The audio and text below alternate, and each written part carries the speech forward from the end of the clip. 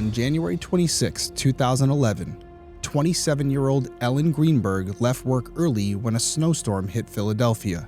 She stopped for gas on her way home, then spent the afternoon grading papers in the apartment she shared with her fiancé, Sam. That evening, Sam called 911 to report that he had found Ellen in the kitchen with a knife in her chest. She had been stabbed 20 times, including multiple wounds to the back of her head and neck. At first, the medical examiner ruled her death a homicide, but weeks later, the ruling was changed to a suicide, shocking many. Ellen's parents have spent more than a decade fighting that decision, convinced their daughter didn't take her own life, and that the truth of what happened to her is still being covered up.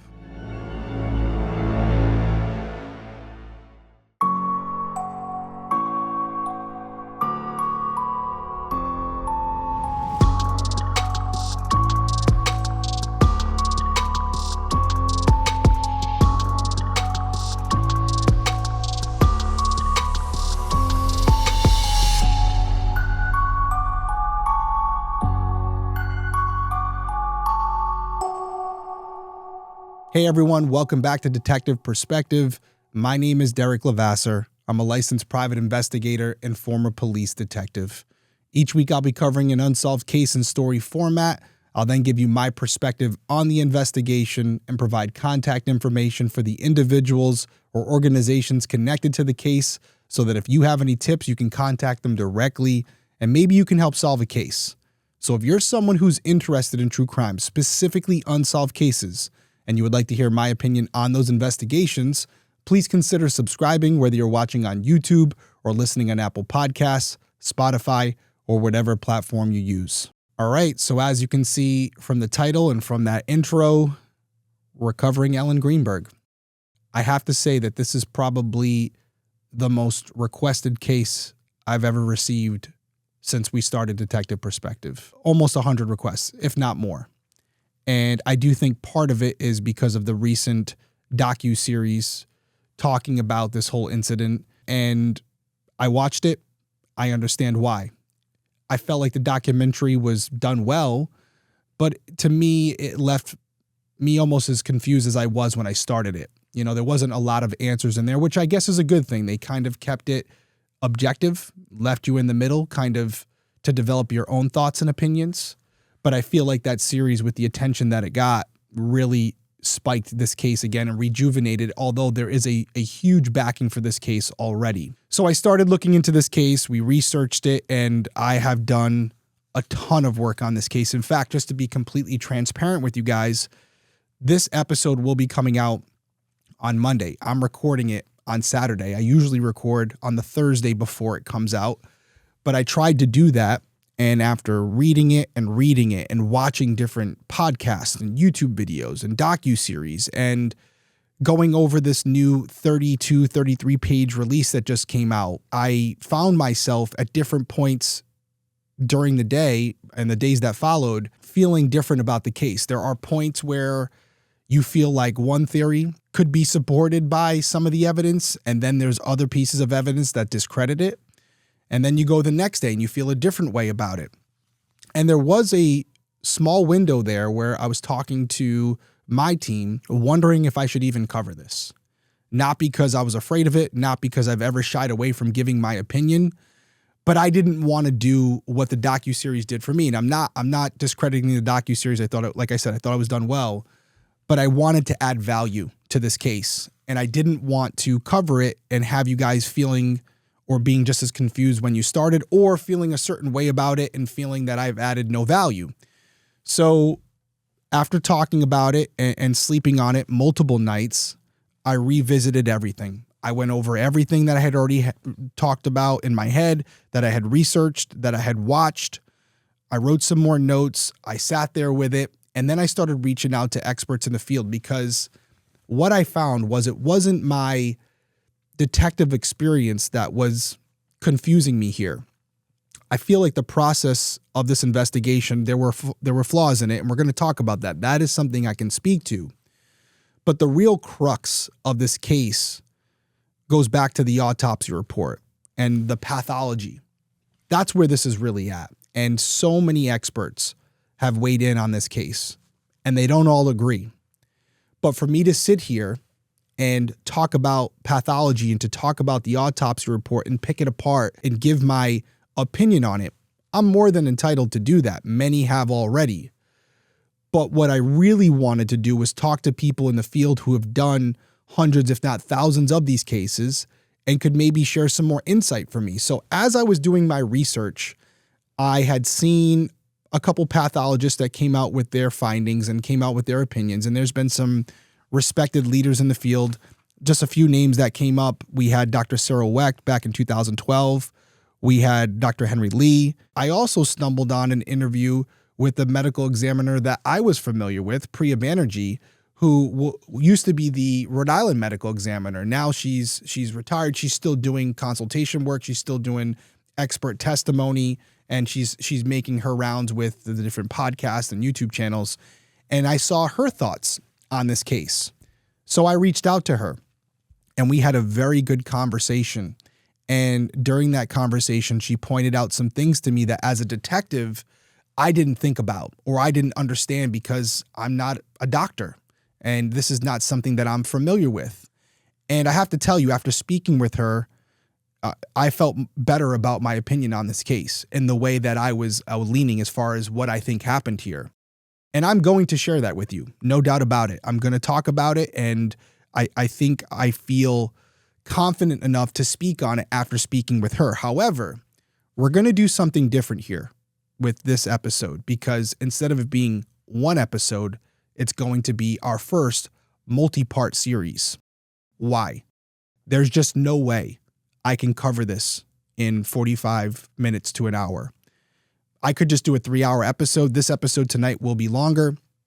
I don't want to do that. I want to break it into parts. And I'm interested to hear your feedback after doing this. Maybe you guys like it this way. Maybe you don't. Maybe this is something we do again. Maybe this is a one-off. But the way I'm going to break this down is, instead of giving my opinions heavily throughout the episode and then my perspective at the end, I'm going to try to keep it as fact-based as possible. Because although this is a popular case, not everyone who's listening or watching right now has heard of it extensively, has done the research. So I want to start with a lot of the exposition and go through the case based on what we do know. And then what I plan on doing in part 2 is getting more into the case specifics, because there's still going to be more. And then I'm actually going to bring Dr. Banerjee in for an interview in person in my studio that I just built. And this will be my first interview that I've ever done in this studio. And the reason I'm doing that is because I want her to share her professional opinion directly with all of you guys. Because like I said, I knew from the initial thought, hearing about this case, 20 stab wounds, my first thought, no way this woman killed herself. There's just no way. Not physically possible. How did she stab herself in the neck and then in the chest?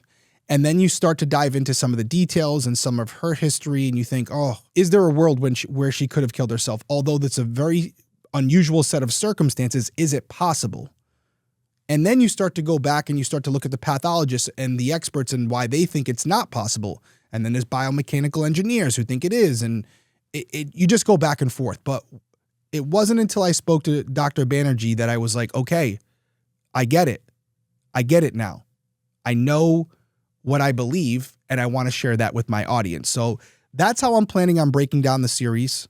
And then at the end of the series, in the last part, whether it's 2 parts or 3 parts, that's when I'll give my perspective. That's when I'll give my opinion.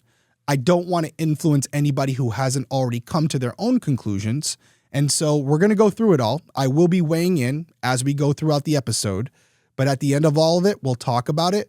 I'll let you guys know where I stand, and we'll go from there. So I appreciate it. I know that was a long intro right there, but I wanted to really disclose everything that I plan on doing so you guys have some insight going into it, so you don't expect a conclusion tonight. But yeah, we have a lot to cover. As I always say, I don't want to waste any more time. Let's dive into this week's case. Ellen Ray Greenberg was born on June 23, 1983, to parents Josh and Sandy Greenberg. She was their only child and the center of their world. When Ellen was about 12 years old, the family moved to Pennsylvania, where she was known for being bubbly, positive, and full of life. After high school, Ellen went to Temple University, where she studied education. She loved working with kids and dreamed of becoming a teacher, And once she earned her degree, she began teaching first grade in the Philadelphia school district. In 2007, Ellen started dating Samuel Goldberg. The two fell in love, and by the summer of 2010, they were engaged. They settled into an apartment together on the 6th floor of the Venice Lofts, a luxury complex in a secure area with a gate, a guard on duty, and cameras. By mid-January 2011, Ellen and Sam had picked their wedding date, August 2011, and they sent out their save the dates. Everyone said that Ellen was thrilled about the upcoming wedding. Tragically, she would never get to walk down the aisle. On January 26, 2011, Philadelphia was hit by a heavy snowstorm. Classes were dismissed early, and Ellen headed home. She stopped to fill her gas tank and arrived back at the apartment just after 1:30 p.m. Sam came home about 20 minutes later. He worked remotely that afternoon, and Ellen sat nearby entering grades for her students. It seemed like an ordinary snow day. But then, at 6:33 p.m., Sam dialed 911. He told the operator that he had just found Ellen in the kitchen with a knife in her chest. Now, I have the 911 call, and I'm going to play it for you now because if you haven't heard it, you need to. Help! I need a everything out. I just walked into my apartment. My fiance's on the floor with blood everywhere. What is the address? 4601 Flat Rock Road. Please come help now. 4601 Flat Rock Road. Is this a house or apartment? Oh no! Oh no! Apartment. It's an apartment. Please hurry, please. Where is she bleeding from? I don't know. I can't tell. No, sir, you have to calm yourself down in order to get you some help. I'm sorry. Okay. I don't know. I'm looking at her right now. I can't see anything. There's nothing broken. She's bleeding. Ellie! You don't know where she's bleeding from? Can't see Ellie! where the blood's coming from? I think her head. I think she hit her head, but it's everywhere. Okay, sir, it's everywhere. You think she might have fallen? Do you know what happened? She may have slipped. There's blood on the table. Her face is a little purple. Okay, hold on for rescue for her. Stay on the phone. What's wrong? I went downstairs to go work out. I came back up. The door was latched. My fiance's inside. She wasn't answering. So after about a half hour, I decided to break it down. I see her now, just on the floor with blood. She's not responding. Okay, is she breathing? Look at her chest. I need you to calm down, and I need you to look at her chest. It's really. I really don't think she is. Listen to me. Someone's on the way. Look at her chest. Is she flat on her back? She's on her back. So I bring her. Look at her chest and tell me if it's going up and down, up and down. I don't see her moving. Okay. Do you know how to do CPR? I don't. Okay, I can tell you what to do. Okay, until they get there. I want you to keep her flat on her. God. Hello. Yeah, hi, okay. Are you willing to do CPR with me over the phone until they get there? I have to, right? Okay, so get her flat on her back, bare her chest, okay? You want to rip her shirt off. Okay? You need to kneel down by her side. Oh, my God. Ellie, please. Listen, you can't freak out, sir, because you Okay, I'm trying not to. Her shirt won't come off. It's a zipper. Oh, my God, she stabbed herself. Where? She fell in a knife. Oh, no, her knife's sticking out. Her what? There's a knife sticking out of her heart. Oh, she stabbed herself? I guess so. I don't know where she fell on it. I don't know. Okay, well, don't touch it. Okay, so I just let her down. Here now? I mean, what do I do? No, I mean, you can't. If the knife is in her chest, it's going to be kind of hard for you to do CPR at this time. Oh, no. Oh, my goodness. Okay. Police, which operator? 277. Is someone coming here? Yes, they are. You said 4601 Flat Rock, right? Yes. Okay, someone's on the way. And the knife is still inside? Wait, so what? The knife is still inside of her? Yes, I didn't take it out. Was it her chest or what area? It's in her chest. It looks like it's right in her heart. Okay, someone's on the way out there. Okay, just get. Oh my God! Okay. How old is she? She's 27. 27, and there's no sign of life at all. No, please don't be. What? Bend her under her arm and tell me if she responds to pain. Ellie. She's not. Her hands are still warm. I don't know if that means, but there's blood everywhere. I know, but you can't, and the knife is still inside of her. How far? Can you see how far it went in? It looks pretty deep. Okay. It looks it's a long knife. Don't touch anything. Yeah, don't touch anything, okay? I'm not touching anything. I can't believe this, though. So wait, it was just you there with her? We're the only ones here. And she ran in the door, you said latched it shut? No, I went downstairs to work out, and when I came back up, the door was latched. Oh. Like, it was, it wasn't like, it was like locked from the inside, and I'm yelling, so I'm Was your yelling. house And broken into? No. So there's no sign of a break-in? No sign of a break-in at all. I mean, there will be when you get here, because I had to break the latch, but to get in. All right, so there's the 911 call from Sam, Ellen's fiancé, all 4 minutes and 9 seconds of it. And people have really broke this down, and they've read between the lines, and they've analyzed it and given their opinions.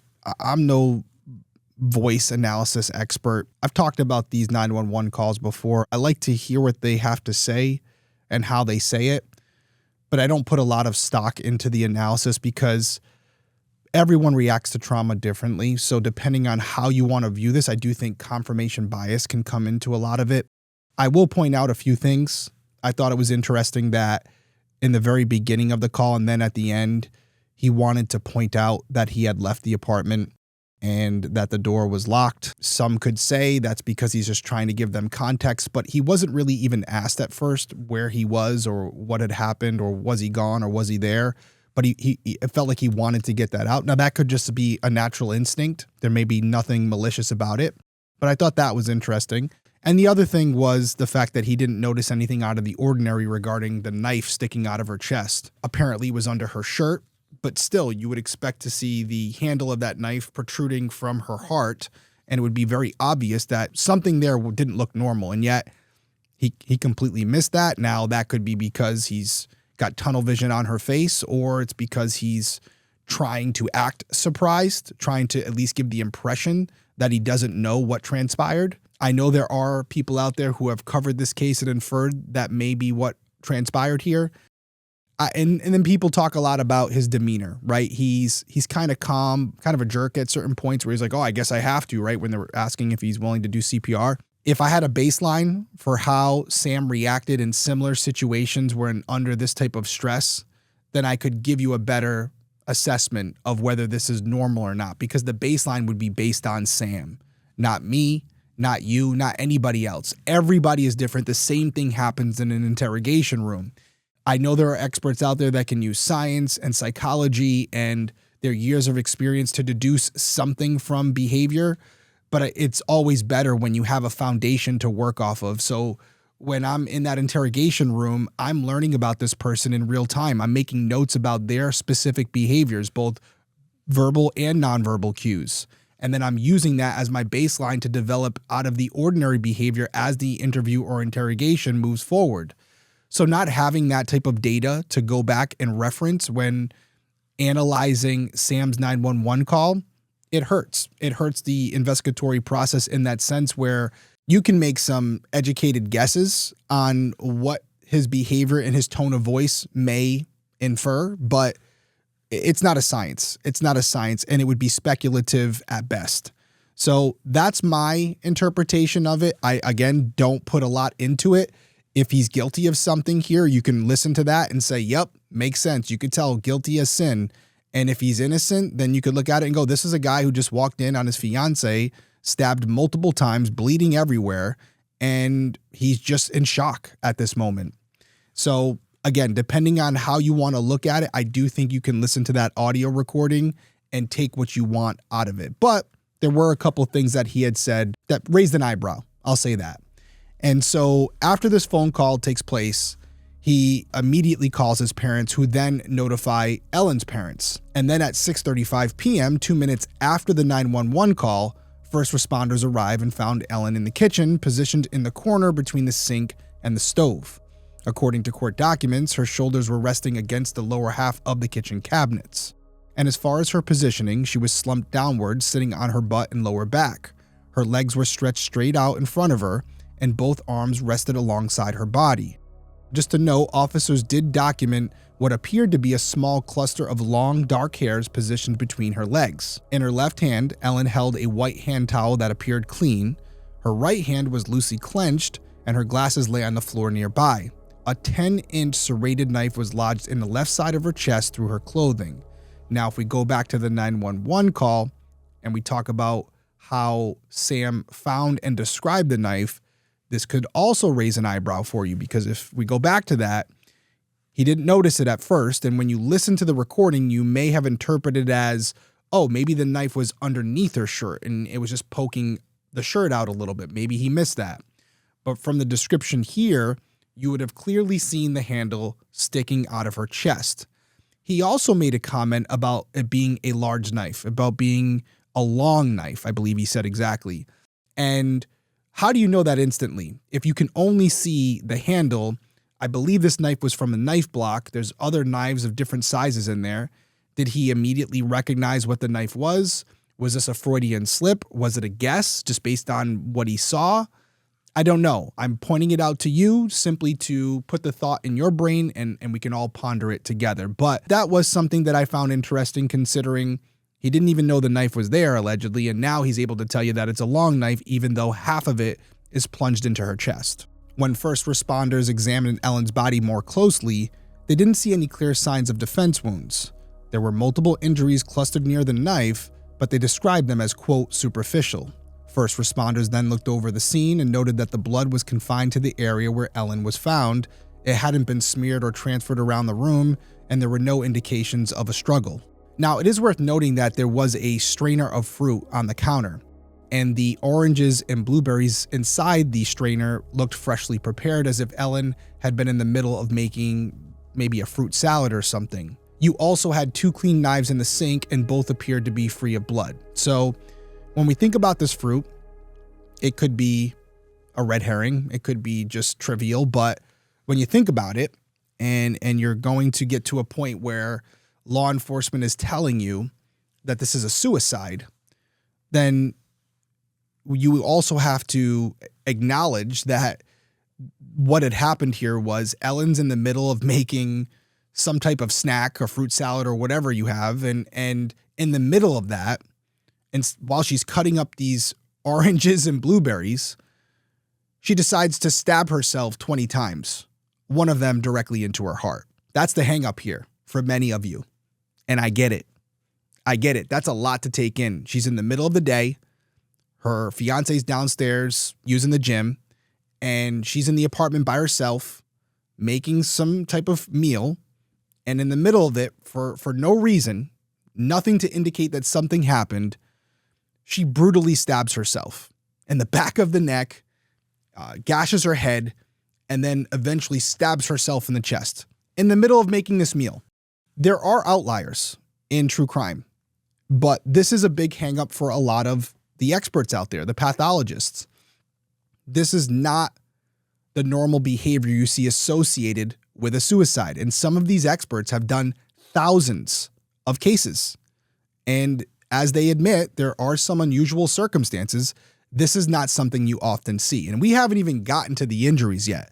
I'm just talking about the circumstances surrounding where she was found. This doesn't look like someone who was getting ready to end their life. They weren't in their bedroom. They didn't leave a suicide note. This looks like someone who was in the middle of making food. Not something you often see. And I haven't done 100,000 suicides, but this is my first experience with a situation where you walk into a crime scene and someone before killing themselves is in the middle of making a fruit salad. Just not something you would expect to see. And there also was a knife block on the counter as well, and it had been tipped over on its side, but there was no visible blood on the knife block or any of the other knives in the knife block. Now, the knife that was found in Ellen's chest was consistent with the knives in the sink and the block, all appeared to be part of the same set. So this goes back to Sam, where he knows these knives. And my knife block at home, and you guys may disagree, please weigh in down in the comments. You have different sizes. You have your chef's knife, you have your bread knife, you have your paring knife, you have a filer usually that can sharpen the knives, but you can't really tell the size when they're in the block. They all have similar length handles. There's also a lot of steak knives too in my set.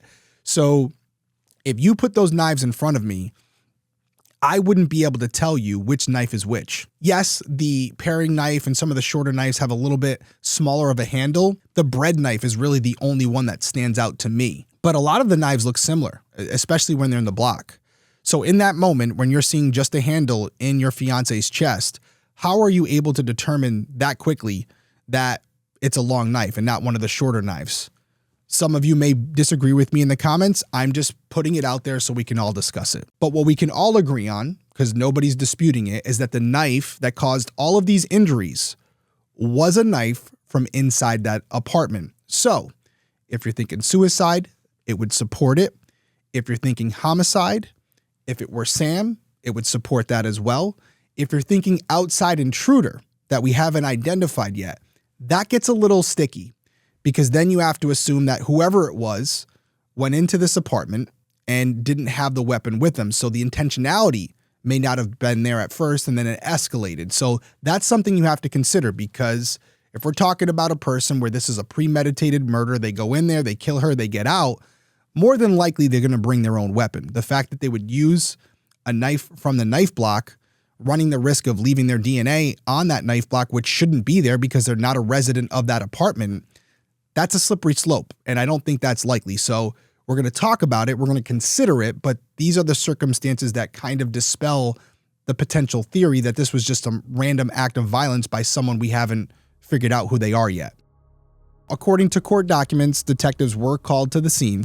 They searched the apartment and saw no signs of struggle or forced entry aside from the front door, which Sam had said he had broken down to get inside.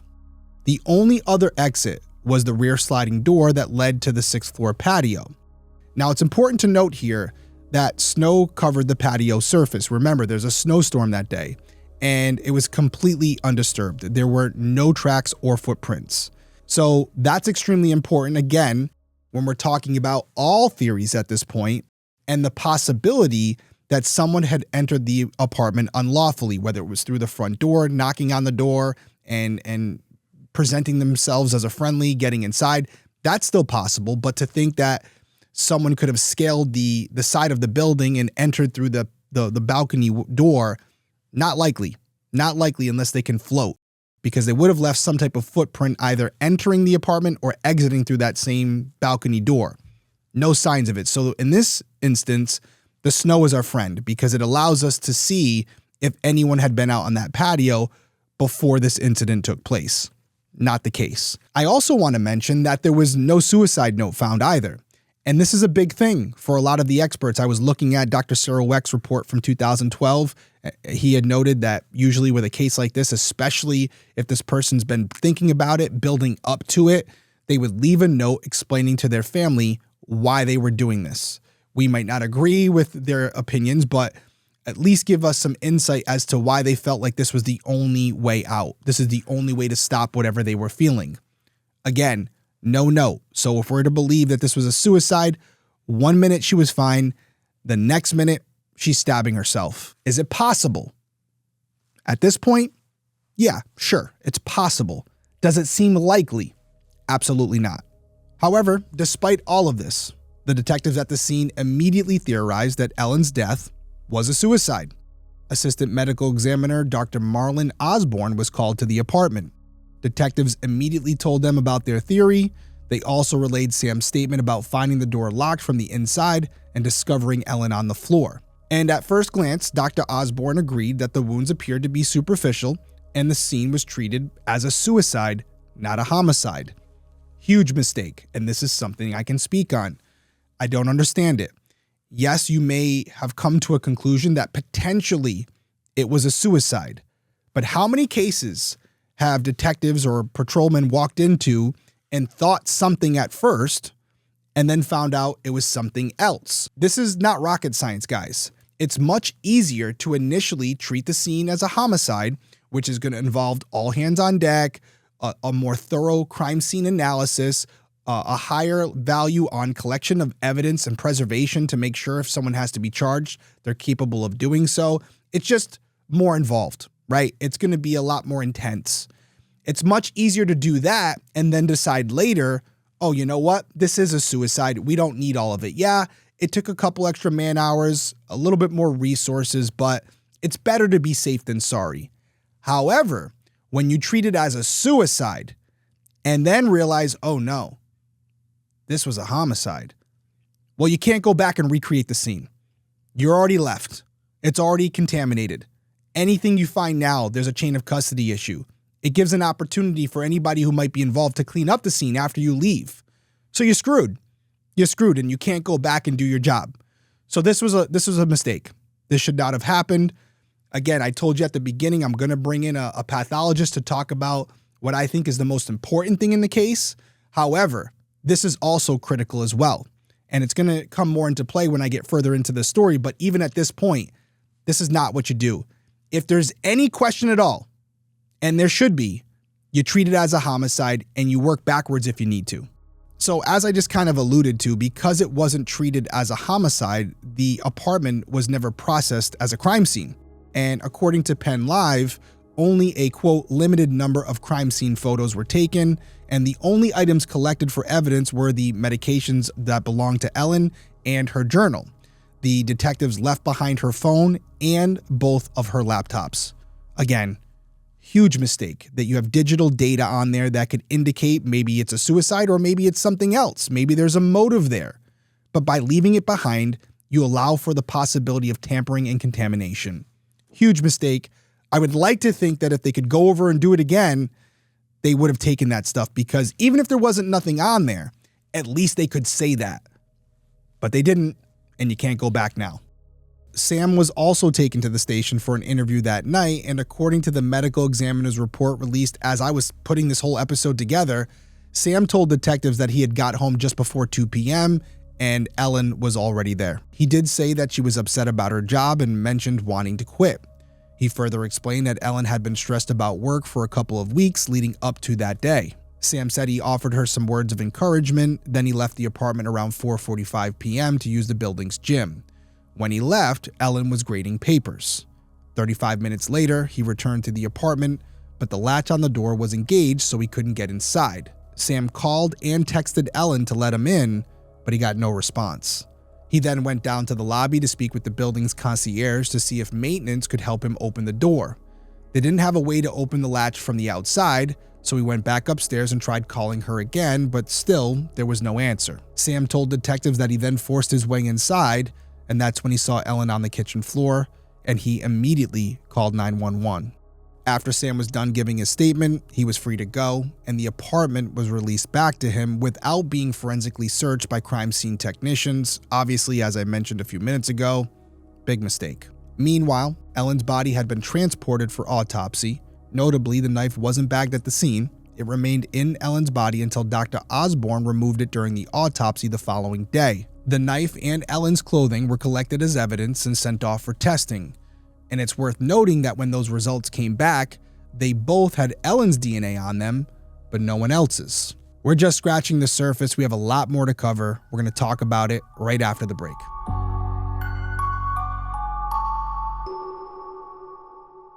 You ever go through something tough? Maybe a breakup, a burnout, or even just that creeping anxiety that doesn't let you sleep at night and you're laying there thinking, I wish I had someone I can talk to who actually gets it. I've definitely been there, and I have seen how powerful therapy can be, not only for me, but for my friends, for my family, and for the people that are close to me who were really struggling and just needed help. But let's be honest, getting access to the right therapist, it can be a nightmare. You call around and people aren't taking new clients, they're not in your network, or it costs a fortune. That's where Rula comes in. Rula is changing the game. They make high-quality mental health care accessible and affordable. Most people pay only $15 a session, and they take most major insurance. You answer a few quick questions, and you're matched with a licensed professional who meets your preferences, and you can be talking to someone as soon as the next day. And by the way, with Rula, they have over 15,000 therapists and psychiatrists in their network. And Rula doesn't just leave you hanging after that. They actually stay with you, checking in on your progress and making sure you're getting what you need out of therapy. Whether it's a therapist or even a psychiatrist to help with medication management, Rula's got you covered. So if you've been thinking about therapy, or even if this is the first time you're considering it, this is your sign. Thousands of people have already trusted Rula to support them on their journey toward improved mental health and overall well-being. So head over to rula.com/detective to get started today. After you sign up, they're going to ask you where you heard about them. I'd really appreciate it if you support this show and tell them that I sent you. Once again, that's rula.com/detective and take the first step towards better mental health today. You deserve quality care from someone who cares.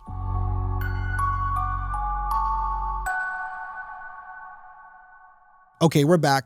And the next morning, on January 27th, before Ellen's autopsy, detectives spoke with her parents and shared their theory that Ellen had taken her own life. Understandably, the Greenbergs told detectives they were struggling to understand what had happened. According to court documents, they said Ellen had never attempted suicide or expressed any suicidal ideations, and her death came as a complete surprise to them. Sandy said she last spoke to Ellen at 7 a.m. on the 26th while they were both on their way to work. The conversation was completely normal, and Ellen didn't say or do anything that suggested something might be wrong. Detectives then asked about Ellen's mental health leading up to her death, and her parents explained that in the weeks before and after the save the dates were sent out, Ellen had become increasingly stressed about work and had started talking about leaving teaching altogether. They noticed that she had grown more withdrawn and less independent, often relying on Sam to make decisions she used to make herself. They said she seemed less happy overall, a sharp contrast from her normal outgoing, upbeat, and cheerful personality. The Greenbergs told detectives that they had encouraged Ellen to see a psychiatrist because of her growing anxiety, and she agreed to do so. And she met with the psychiatrist 3 times between January 12th and January 19th, 2011. The psychiatrist prescribed her Klonopin and Ambien to help her with the anxiety and sleep. After starting the medication, Ellen told both her psychiatrist and her parents that the medicine seemed to be helping. She texted her mom, quote, "Klonopin helped. Thank God." Ellen had scheduled another psychiatric appointment for January 27th, but obviously she never made it. Before the Greenbergs left the interview, they were asked what they thought about Sam, and they said they had no reservations about the relationship and hadn't heard about any abuse. And that was interesting to me, because if detectives were so locked in on the suicide theory, maybe you're just throwing this question out there to check all your boxes, but if there's nothing surrounding any speculation about Sam or his possible involvement, why are we asking about him? Hasn't he gone through enough? He just walked in on his fiance's suicide. Again, in their minds, this may have just been a throwaway question, but as an interviewer and an interrogator myself, I usually try to impede on the victims and their families' lives as little as possible and not cause any type of dissension. So if this is so clear-cut that it's a suicide, why are we asking about the only other person who, at least at this point, could potentially be involved? I just found it interesting. Was this interviewer who was talking to the family just an outlier and maybe had their own suspicions and were curious and was just making sure that there was nothing there? Potentially. But I find it a little bit outside the realm of the questioning that they had been asked about, which was Ellen's mental health. And this seemed like an outlier. And I wish I could ask this interviewer why. Why at the time they felt the need to ask about Sam if there was no speculation about his potential involvement. Detectives also interviewed Ellen's psychiatrist that morning as well. And according to court documents, she told detectives that Ellen first came to her on January 12th, and she said she had been dealing with severe anxiety for about 2 months due to work. The psychiatrist explained that when she asked about Sam, Ellen had nothing but good things to say. She even noted that Ellen smiled when she spoke about him. When asked directly about abuse, Ellen denied any verbal or physical confrontations. She also denied ever having suicidal thoughts. By Ellen's third appointment on January 19th, the psychiatrist said she was doing, quote, way better. They were working on a treatment plan, and as I just mentioned earlier, they also had an appointment scheduled for January 27th. After these interviews, Ellen's autopsy took place. According to the autopsy report, Dr. Marlon Osborne found 20 wounds, many of which were not superficial as originally believed. There were 8 stab wounds to Ellen's chest, including the wound that still contained the 10-inch knife. Dr. Osborne found the knife had been driven 4 inches into her chest. The remaining 7 chest wounds ranged in depth from 0.2 centimeters to 1.5 inches. There was a single wound to Ellen's abdomen that was just over 2 inches deep, and on the right side of her scalp, Dr. Osborne found an incised wound as well.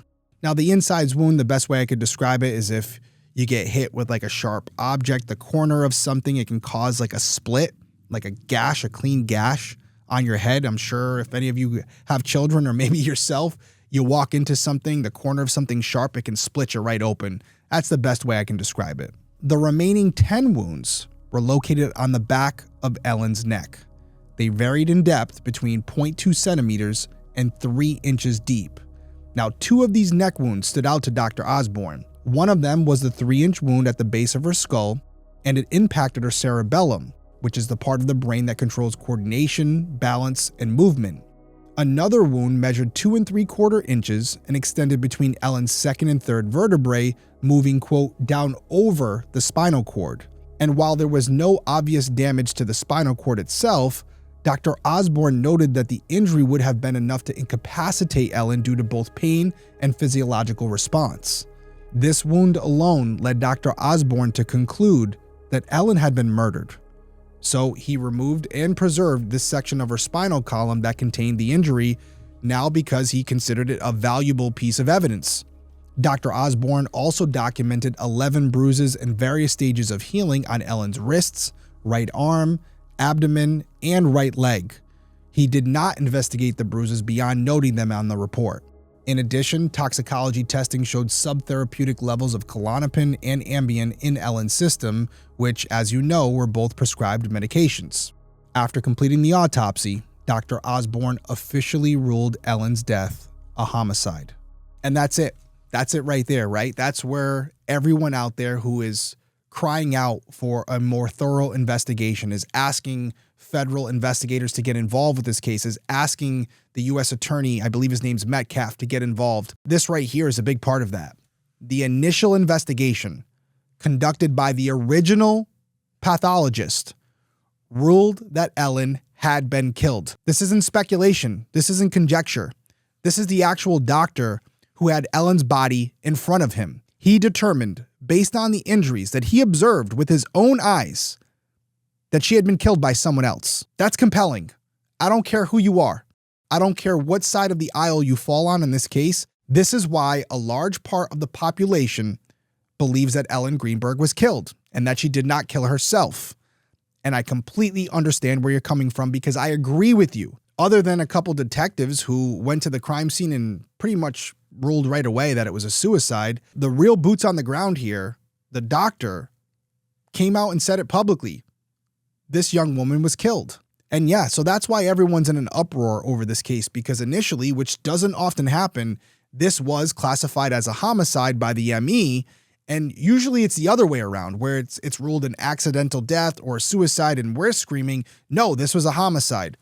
Polar opposite here. And that's another reason that there's such a big outcry and there's so much investment from the public about this case, because this isn't where this story ends.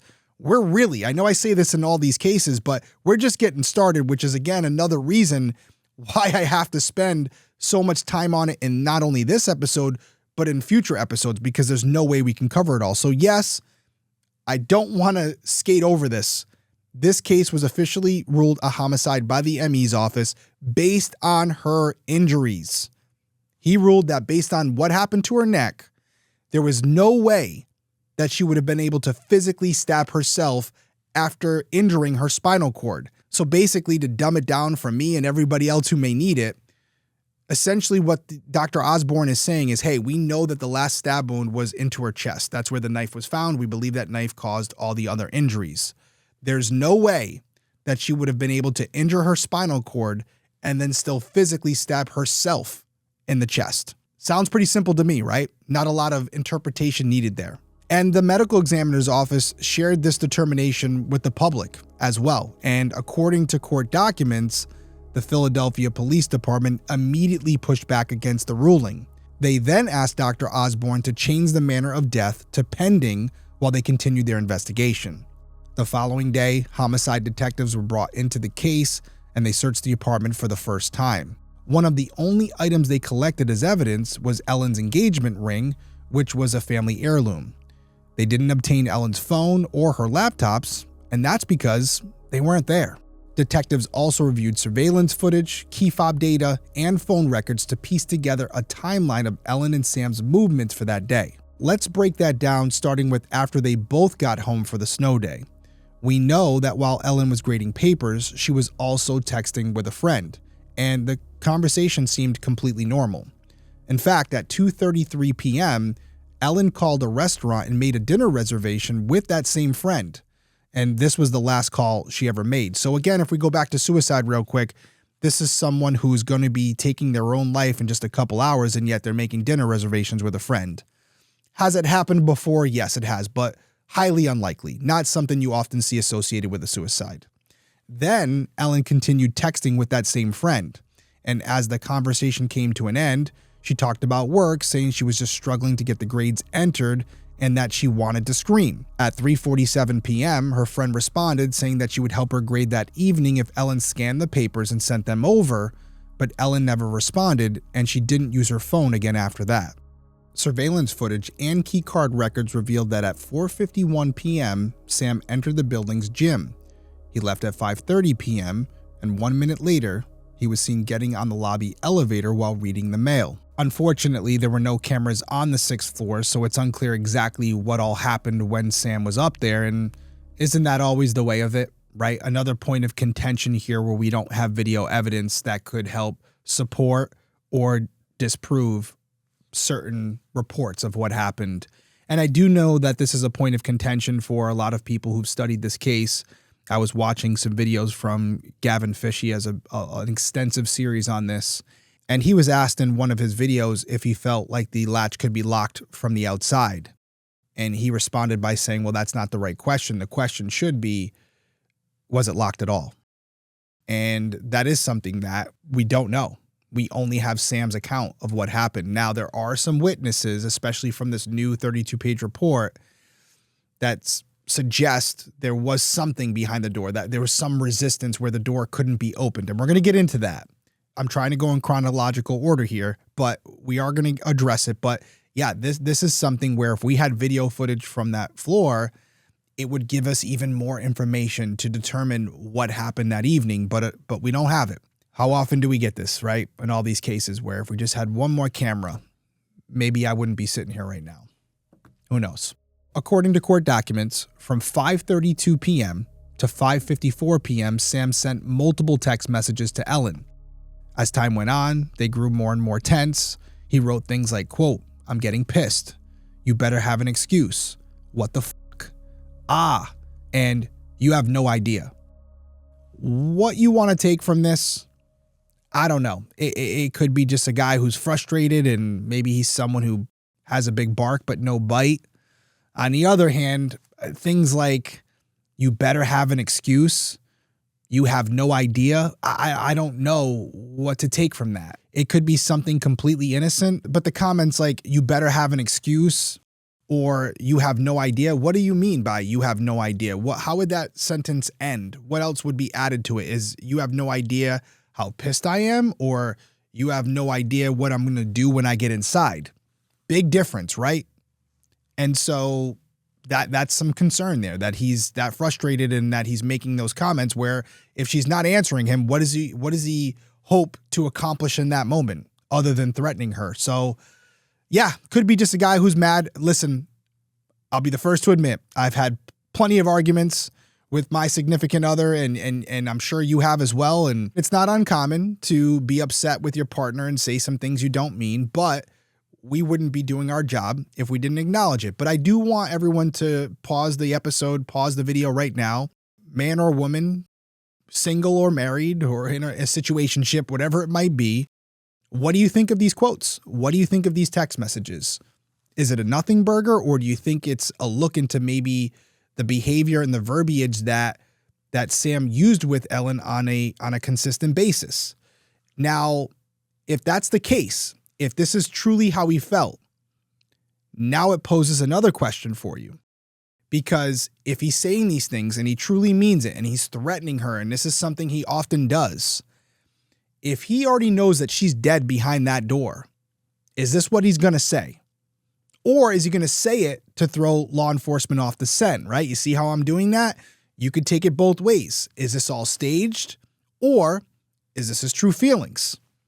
Weigh in. Let me know what you think. You can go one way or the other. You're not wrong, regardless of how you interpret it. So at 6:10 p.m., Sam was seen leaving the lobby elevator and walking toward the concierge desk. The concierge told police that Sam said he was locked out of his apartment and appeared agitated and sweaty. When the concierge offered to unlock the door with the master key, Sam declined, saying it was locked from the inside. The concierge told him to return to the 6th floor and call out to Ellen while they tried calling from the front desk. So Sam went back to the elevator and presumably back upstairs while the concierge called Ellen's cell phone twice, but she didn't answer. By 6:31 p.m., Sam was back in the lobby, and the concierge said he looked even more agitated than before. When he was told there was no way to open the latch from the outside, Sam asked to speak with maintenance. The concierge called the maintenance supervisor and handed the phone to Sam. After the call ended, Sam left the front desk again. At 6:33 p.m., Sam got back on the elevator, and before the minute was over, he called 911 and reported that he had broke down the door and found Ellen on the kitchen floor. By the way, I know there is much more to that timeline, but if you're familiar with this case, then you also know that information wasn't released until years later. So I'm going to cover that in the next episode. Just bear with me, especially for anybody in the comments on YouTube. If you're sitting there saying, he's missing this, he's not covering this, trust me, I'm going to try to get to as much as I can. I'm trying to do it in chronological order. I'm not trying to interrupt the storyline every 2 minutes. There are a couple things already that I haven't pointed out yet. For example, I'll give you a little bit of something. In this new recent report, it's in there that the first call from Sam happened at 5:24 p.m., which was before he would have left the gym. So did he call Ellen when he got up to the apartment, and realized the door was locked?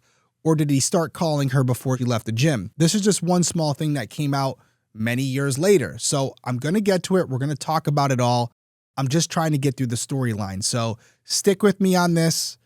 If you've been with me for a long time, then you know I'm going to try to hit every point. We still have more in this episode. Let's take a break and we'll keep going on with the story.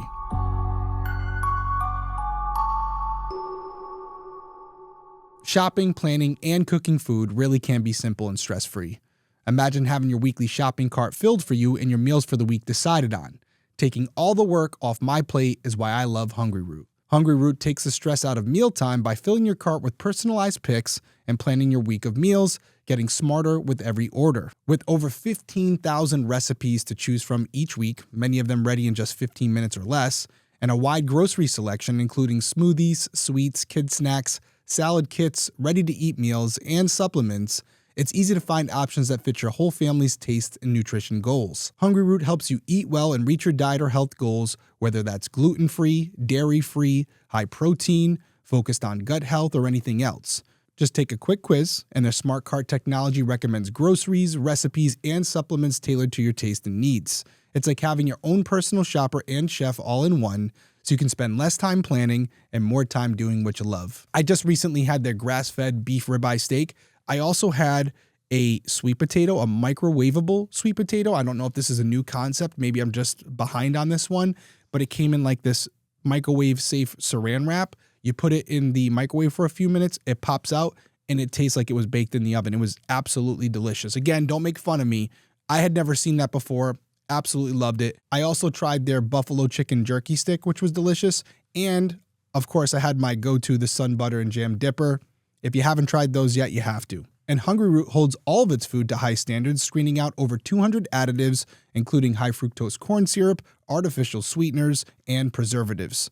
They source only high-quality meat and seafood with no hormones or antibiotics, offer organic produce and non-GMO options, and carry trusted healthy brands like Oatly, Vital Farms, Ithaca Hummus, Harmless Harvest, and many more. So take advantage of this exclusive offer. For a limited time, you can get 40% off your first box, plus you can get a free item in every box for life. All you have to do is go to hungryroot.com/detective and use my code DETECTIVE. That's hungryroot.com/detective, code DETECTIVE, to get 40% off your first box and a free item of your choice for life. One more time, that's hungryroot.com/detective, code DETECTIVE.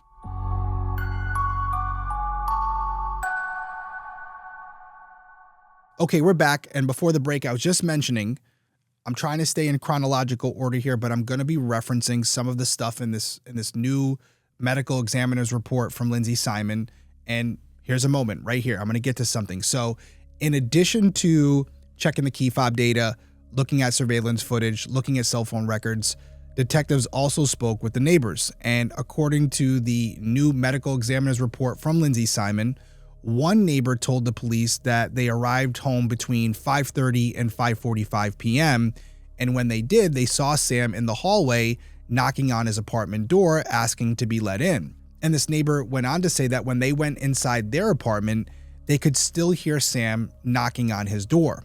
So about 15 minutes later, they stepped back into the hallway and suggested that Sam ask the front desk for a master key. Sam explained that the door was latched from the inside and he pushed on it to show what he meant. Now, the neighbor couldn't see the latch, but they did say it made a noise and it was, quote, clear it was latched.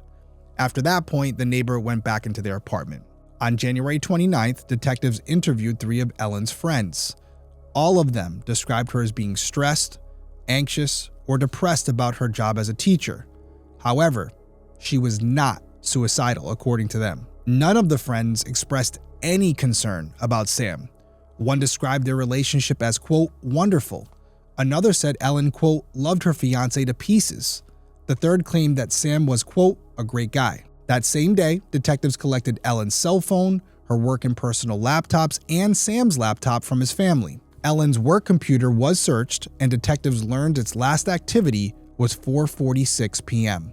Ellen's personal laptop was sent to the FBI for analysis, and according to court documents, there was nothing on the device indicating suicide. Despite that, police stated publicly that they were, quote, leaning towards suicide and would continue looking into Ellen's recent struggles with her mental health. Behind the scenes, they spoke to Dr. Osborne about their concerns, but he refused to change the manner of death and continued to rule Ellen's case as a homicide. Because of that discrepancy, it was suggested that an independent neuropathologist review that section of Ellen's spine to determine whether the neck wounds would have paralyzed her, making it impossible for her to inflict the final stab wound to her chest. According to authorities, and this wording is very important, so listen to what I'm about to say here, neuropathologist Dr. Lucy Rourke Adams found that Ellen's spinal cord sheath had been damaged, but the cord itself was intact, meaning this injury could have caused Ellen's body to go numb, allowing her to continue stabbing without feeling pain.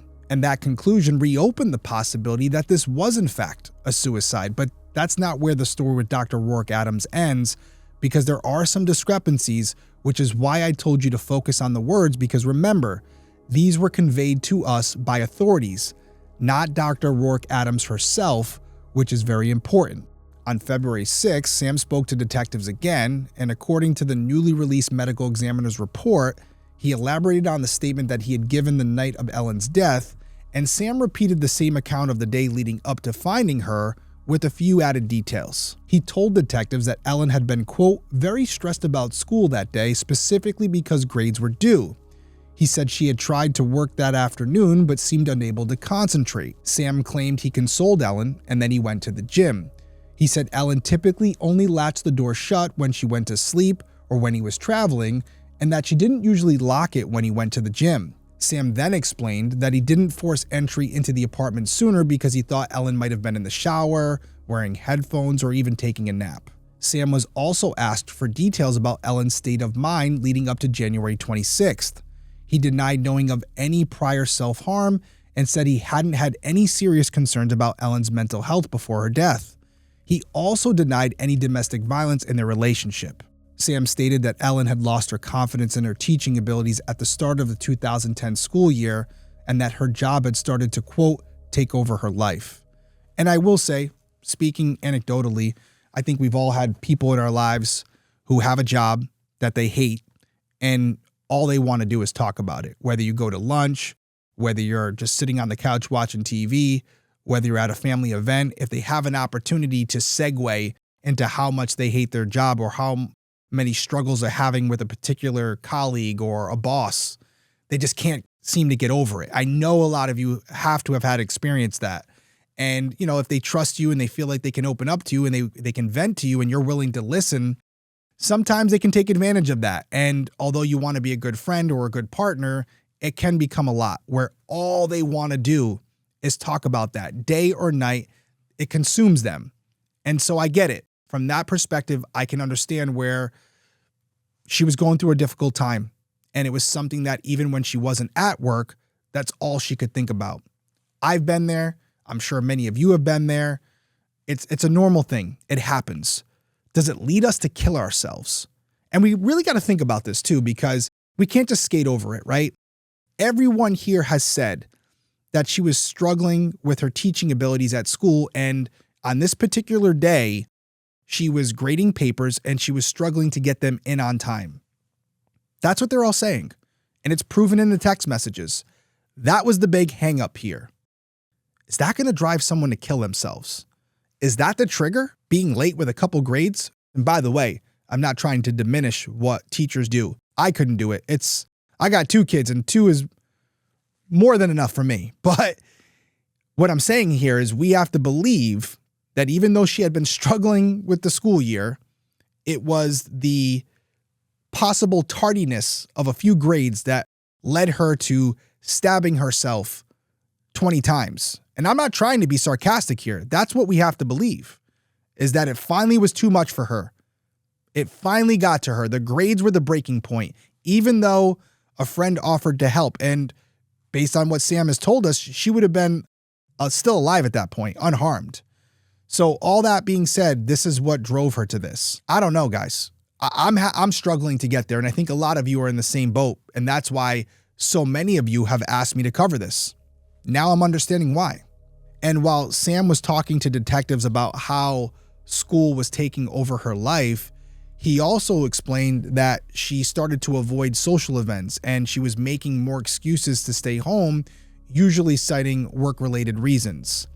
And what was fascinating to me is that he elaborated even further, saying that in January, when Ellen, quote, this is his words, started getting depressed, she reportedly asked Sam if he, quote, would still love her if she was crazy.